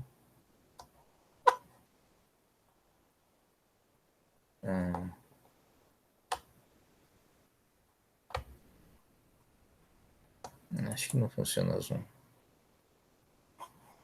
Desculpe, gente. Não, acho que não funciona o zoom. Vocês conseguem enxergar isso aqui? Esse pedacinho aqui do painel? Não sei se dá para reparar, né? Tá. Dá simples. Dá, né? Tem. Não precisa contar, mas tem 10 colunas e tem 4 linhas. Tá? Cada um deles aqui, na verdade, talvez não dê para enxergar mesmo, mas tem um ponteirinho nele. Tem um ponteiro. Então, qual que é a ideia dessa máquina aqui, né? Você tem um cartão desses aqui, toda vez tem um botãozinho, contato elétrico aqui, né? Toda vez que passa por lá, já existia eletricidade naquela época, gente. Quando passa o cartão, ele vê onde deu o contato e onde deu o contato ele avança uma casa, né? Um ponteiro aqui, certo? Muito simples, né? Então passa o cartão e ele vê, bate e avança um ponto em cada cartão que passa. E aí você põe um bolo de cartão, ele processa esse bolo de cartão e vê depois os resultados, né? Nos ponteiros, né? O resultado daquele trabalho em cima do cartão. Simples, né? Tá? E aí anota o resultado. Tá? Então, essa máquina foi a máquina que o Urelite inventou. Mas tinha uma coisa interessante que também fazia. Tá? Você podia fazer com que toda vez que batesse um B, por exemplo, nessa primeira pergunta, ou então batesse um C nessa segunda pergunta, não a combinação, mas um deles só, ele separava o cartão. Né? Toda vez que bater, além de marcar o ponteirinho, ele dava um tapa lá e saía o cartão para um lado diferente. Tá? E isso permitiu fazer umas coisas interessantes, né? Talvez tenha até a separação aqui dos cartões aqui embaixo. O que ele conseguiu fazer? Por exemplo, separe, né, os cartões dessa cidade cuja resposta, né, na questão 1 seja B. Ou seja, ele separou todos, né, que têm uma certa idade escolar. B significa, sei lá, idade escolar. Né? E aí, né, pegou um bolo que só tem B nessa primeira questão e fez uma seguinte análise. Bom, desse pessoal que está na idade escolar, quantos estão estudando? Né? Olha essa questão aqui, 2. E consegue separar, ter uma ideia, né, de separação, né, e consegue fazer algumas perguntas interessantes. Consegue ver quantas pessoas, né, quer dizer, quantos adultos conseguiram chegar à idade, ou conseguir estudar, por exemplo, ou qual a relação entre o nível escolar e as outras perguntas que envolvem renda, envolve patrimônio, né? Se há uma relação entre renda e desempenho financeiro, consegue avaliar se uma determinada cidade tem mais gente educada ou não, consegue levantar o perfil, né, de idade naquela cidade, o perfil econômico daquela cidade e assim por diante. Isso se chamou processamento de dados. Veja que é bem diferente do que é uma calculadora programável. Não sei se vocês perceberam essa diferença, né? A ideia de que é uma calculadora programável, isso não tem nada a ver com calculadora programável, né? A única coisa que está fazendo é somar um e separando, tá? Isso se chamou processamento de dados, tá? Então são conceitos distintos. E fez muito sucesso, né? Tanto com essa máquina. Tanto é que todo mundo entendeu essa ideia da processamento de dados? Bacana, né? Tanto é que ele fundou uma coisa chamada TMC, né? E depois que veio a ser a IBM. Alguém já ouviu falar da IBM? Espero que sim, né? Tá? Então, um sujeito muito bom, por sinal. Tá bom? Bom, essa é uma ideia em si. E depois você tem uma evolução, né? Importante, que as tecnologias também vão evoluindo, né? Tá? Então, em 1800, já no final de 1800 e começo de 1900, você já tinha relés. Então, em vez de usar engrenagem, começou-se a usar relés. Relé eletromecânico, nesse caso aqui, usava, era decádico o sistema, né? Aí o Atanasoft veio com a ideia, né, de fazer um sistema binário, tá? Então foi o primeiro cara que demonstrou somador binário.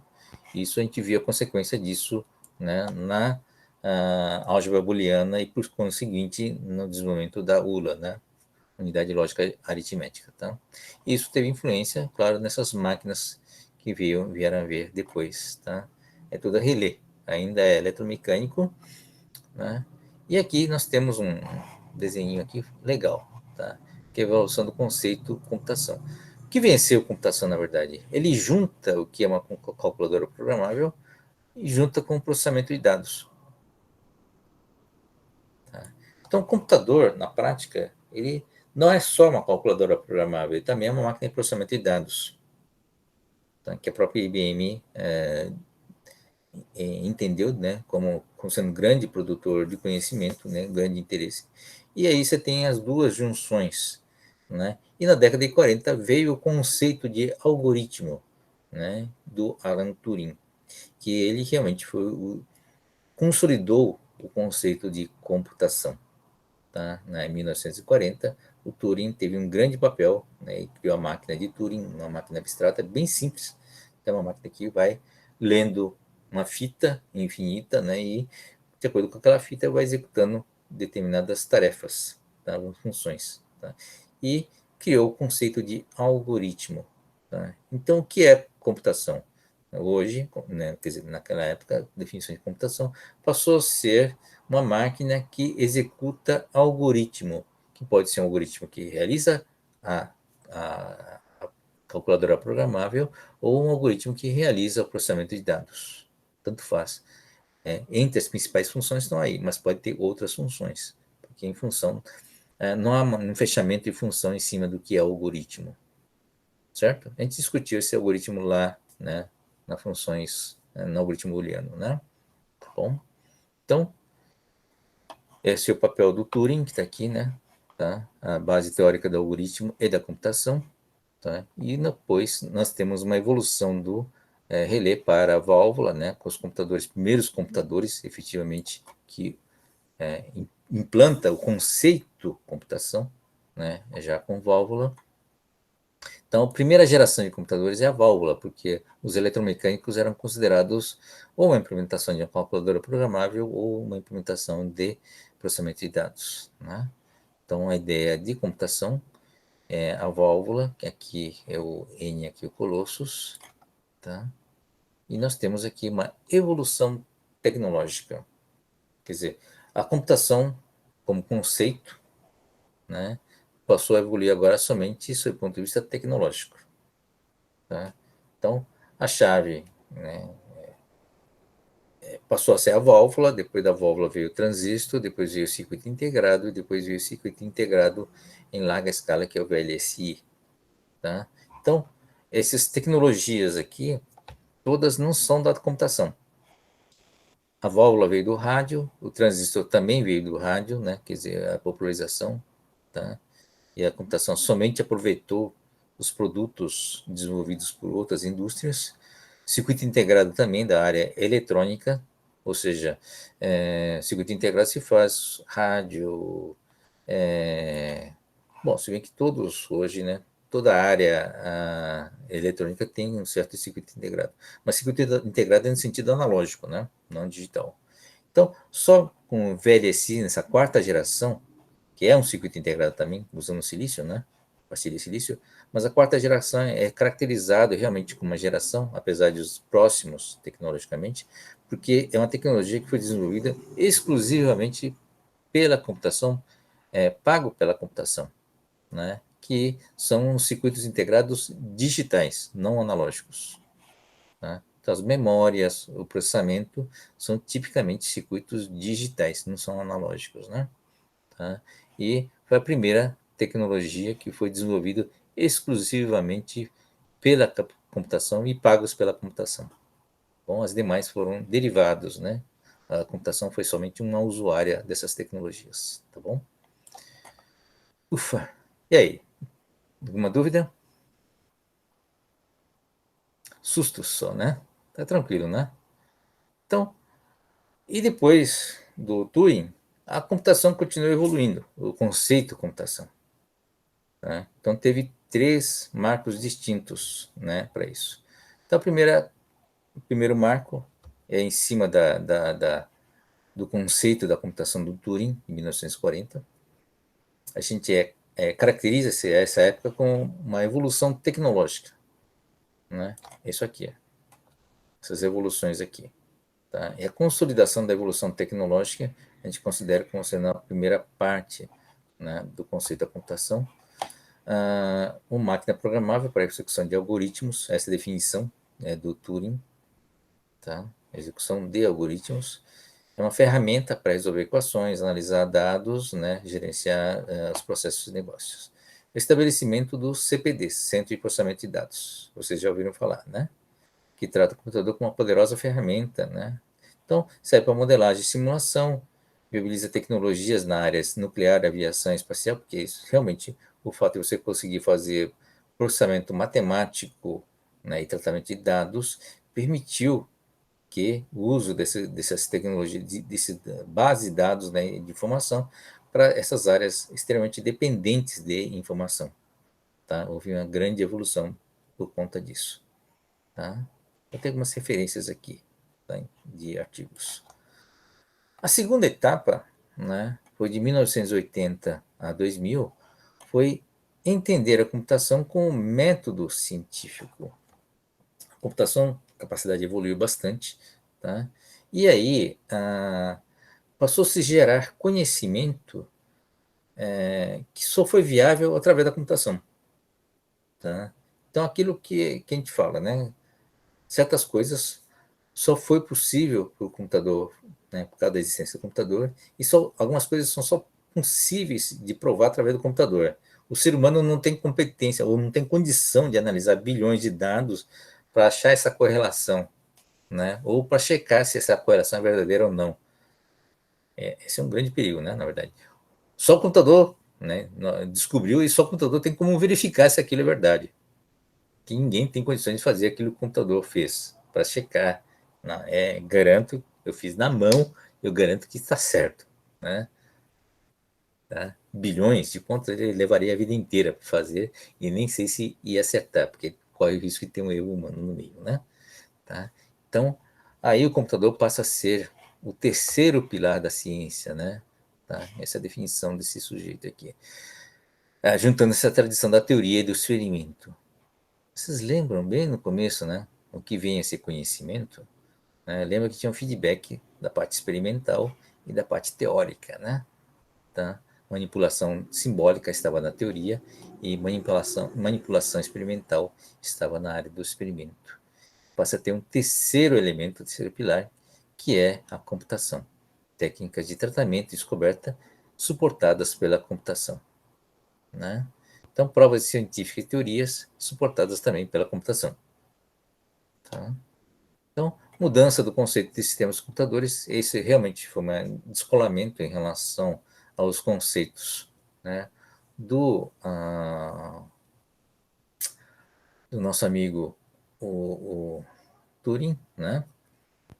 Tá? Então, até 80 era do Turing, depois nós viemos a trabalhar então com essa nova visão do computador com método, sim, tipo um método e não como objeto computador, mas como parte de um método científico, né? Então, mudança de conceitos. E aí, há uma evolução também de processamento de dados para sistema de informação. Tá? Então, até década de 80, você tinha um centro de processamento de dados, você tinha um profissional de processamento de dados. Né? Deixou de existir um profissional de processamento de dados, passou a se chamar, né, profissional, um analista de sistemas de informação. Tá?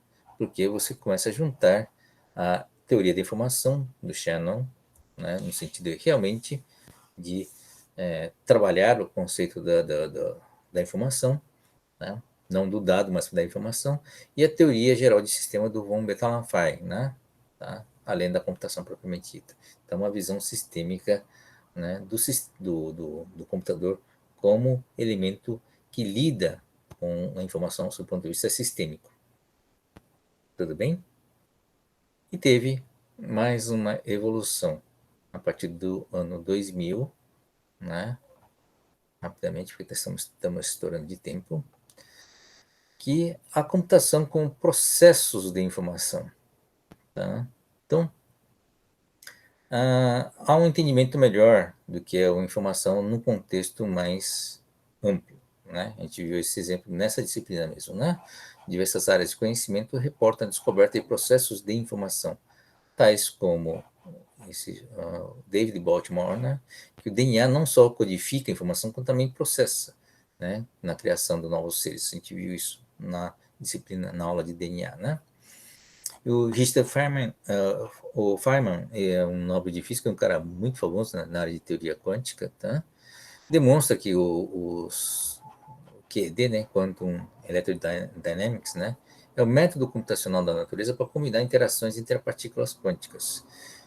Não temos como discutir isso, né, na verdade, vocês vão ver em disciplina específica, né, mas a teoria quântica é muito vinculada à informação, né, as partículas interagem entre si, né, que dá origem, inclusive, às teorias que são as bases dos computadores quânticos, né. Então, essa interação das partículas com a informação é a base desses computadores quânticos, tá? Então, essa, esses elementos da natureza, tanto o DNA como o quantum, né, com as partículas quânticas, são produtos do entendimento da natureza. Então você começa a enxergar, e isso, veja, o DNA tem impacto na vida inteira, né, em todo o conceito da vida.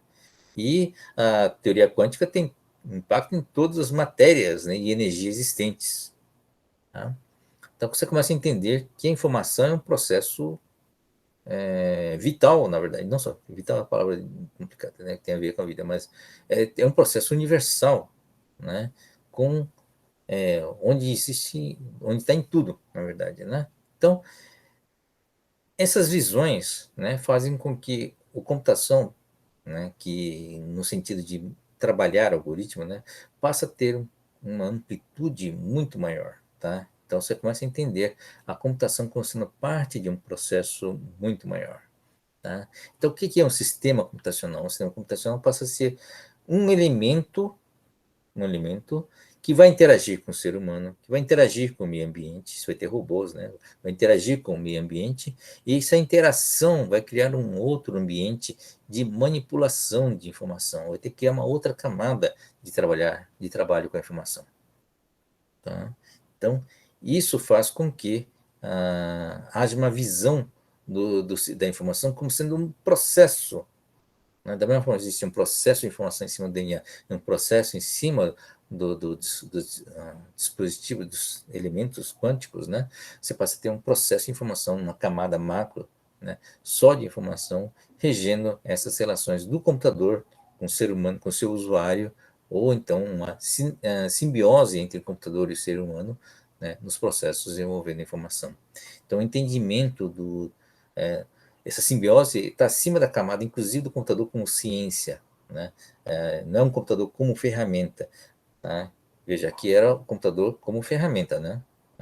ele é um método, parte do método científico, o terceiro pilar da ciência, mas ainda é uma ferramenta, ele é um processo, está vinculado à ciência, né? Quando a gente avança para cá, a própria ciência, o próprio método científico é um processo, né, dentro dessa dinâmica envolvendo a informação. É um processo. Você tem várias informações, você quer checar algumas informações como sendo conhecimento. Veja, nem tudo informação é conhecimento, né?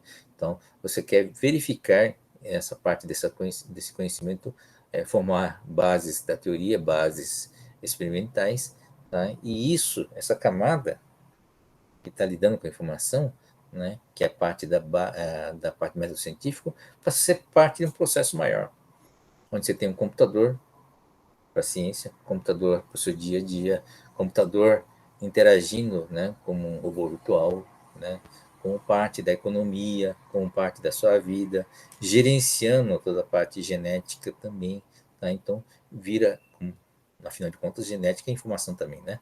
Então vira tudo uma coisa sendo interagindo dinamicamente sobre a ótica, sobre a visão da informação, onde a computação é um dos elementos desse processo. Então, a computação como um processo que não só envolve a ciência, como envolve tudo, na verdade, né?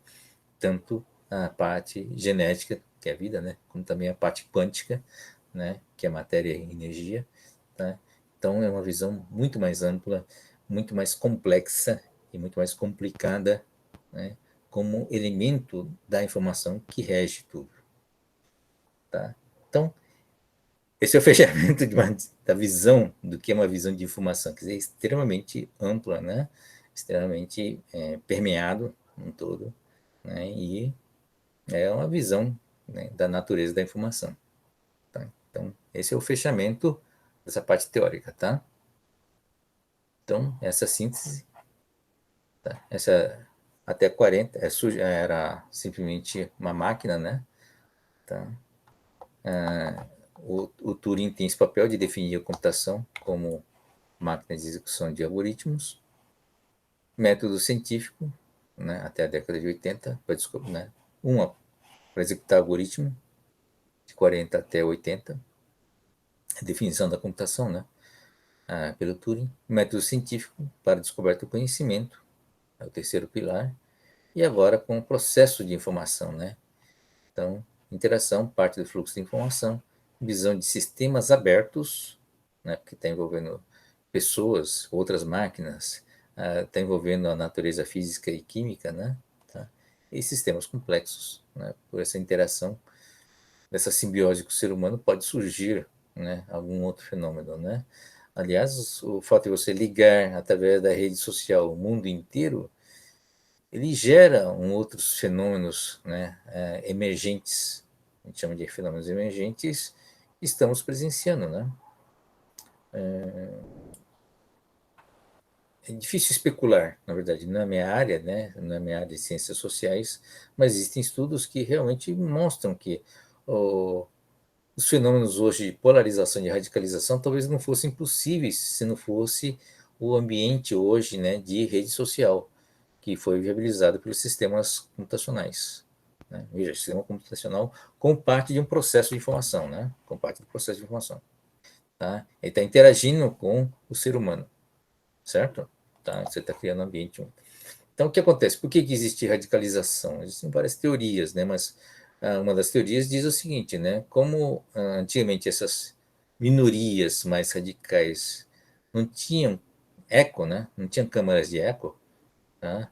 Ah, o que foi possível com essa tecnologia que a minoria conseguiu se conectar. Todas as minorias, não só uma minoria, mas várias minorias conseguiram criar, né? E aí surge um fenômeno, né, através de sistemas complexos, surge um fenômeno, né, emergente que vincula, né, cria esses pequenos nichos, né, radicais ou então visões extremamente minoritárias, né, terraplanista, por exemplo, né, extremamente minoritárias, mas que deixam de ser minorias porque consegue ligar grande quantidade de gente. Então, mesmo que seja uma minoria, você consegue juntar no espaço virtual, né, Um estava na Amazonas, outro estava não sei aonde. Então você conseguiu juntar, porque tem um ambiente virtual, né, que consegue fazer essa conexão. E criar massa crítica, né, que gera ruído, gera barulho e gera presença, na verdade. Né? Você não sabe se fala mais alto, você não sabe qual o tamanho dele, né? Se você está num ambiente desses. Porque a grande maioria das pessoas são quietas, né? Não se manifestam. Tá? Não tem muita opinião. Mas o fato de você ter um grupo que, mesmo que seja 0,01%, né, da população, mas que gera um ruído, não, ruído não é muito chato, mas gera é, manifestações, né, propagação dessa manifestação, só pelo fato de ser raro, ele cria uma dimensão. Né? No noticiário você vê, o que vira notícia? São coisas raras, eventos raros que viram notícia. Né? Ele consegue propagar. E, eventualmente, essas propagações das ideias criam um certo volume, né? As ideias que têm volume, né? Não as pessoas, ideias têm volume, e aí acaba agregando pessoas por convencimento ou por excesso de exposição, né? As pessoas acabam sendo influenciadas, tá? É um processo social, é um processo de um sistema complexo, né? Um ambiente que você não sabe, você não tem precedente, nunca aconteceu isso antes, né? Você não sabe o que nosso DNA, o nosso comportamento social gera esse outro comportamento. E é bem possível que tenha sido consequência de alguma coisa que a gente já está acostumado a fazer, né? Uma visão de uma comunidade e acaba sendo agregada a uma escala muito maior por causa desses fenômenos que foram possíveis por sistemas computacionais. Quer dizer, não era possível antes, né? Mas também você não sabe qual a consequência disso. Tá? Então, estamos vivenciando esses processos de informação, né? É uma época interessantíssima, né? Talvez tenha consequências, talvez não sejam tão agradáveis. Mas, sob o ponto de vista de ciência, né, como pesquisador também, a gente é curioso, né? A gente fica muito curioso para saber o que acontece. Tá? Pode ser que tenha um risco inerente a isso, tá? Mas é uma coisa muito interessante, tá? A gente tem que estar atento, né? Ser um bom observador e tentar refletir sobre essas visões. Isso realmente não muda essas colocações que foram feitas, né? São processos novos que vão surgindo em função da disponibilidade, né? Uma criação de novos ambientes, né? Que foram possíveis através de sistemas computacionais, tá? Então, vamos estar atentos e vamos observar, né? E vamos policiar nós mesmos, tá bom? Tem mais uma transparência, mas eu vou deixar para a próxima aula, tá? Que é bom um exemplo prático, tá bom? É que está estourando na hora. Falei muito hoje, né? Espero que vocês tenham paciência, né? Afinal de contas, é uma área que a gente tem mais familiaridade e acaba sendo mais falador, tá bom? É isso, gente. Deixa eu só desligar a gravação antes que eu esqueça, antes que eu não